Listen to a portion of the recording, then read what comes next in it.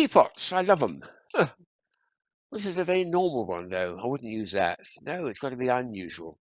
I only once ever discovered a teapot other than the silly shapes, like ones shaped like cottages and haystacks and books of etc. There's only one I really liked, which had, instead of the lid here, it had a lemon squeezer on as a lid. And when you put the lemon in and squeezed it, the lemon juice fell straight down into the tea that was brewing underneath. That was clever. That was Frankfurt Gift Fair, 1990s. So if anyone's feeling ambitious, have a go and I'll buy one. But no, yes, what I like teapots is unusual ones.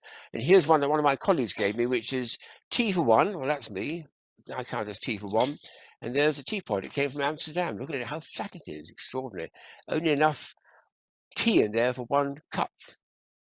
By contrast, a much older one, which I got about 30 years ago, was tea for two. Tea for two? Well, yes, it's one of those romantic things. You know, you give people perhaps at the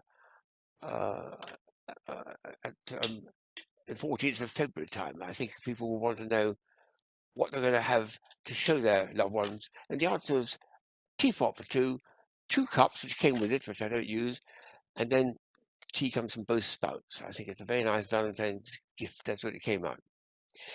And there's one more which is very bizarre, and a friend of mine, James Argetti, showed me one and eventually managed to get one for me. It's a Cadogan Teapot. Ever seen it before? What's bizarre about this, it's very unusual, is there's no lid. So how do you fill it up? You have to put it through the spout. No, that's too difficult. Now, what you do with this one, and it's based on an old Chinese sort of wine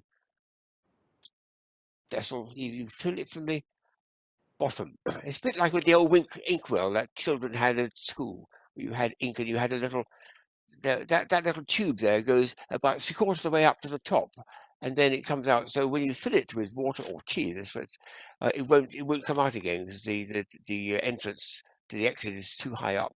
So you can do that. You can pour it away, and then when you finish using it, you can put some more in, I suppose. So a brilliant idea. But I rather think it's probably best to use that for just hot water, because you couldn't very easily clean this one, could you? It's a problem. But hot water, yes, that'll be fine. I think that's probably the best use for it. Do you like it?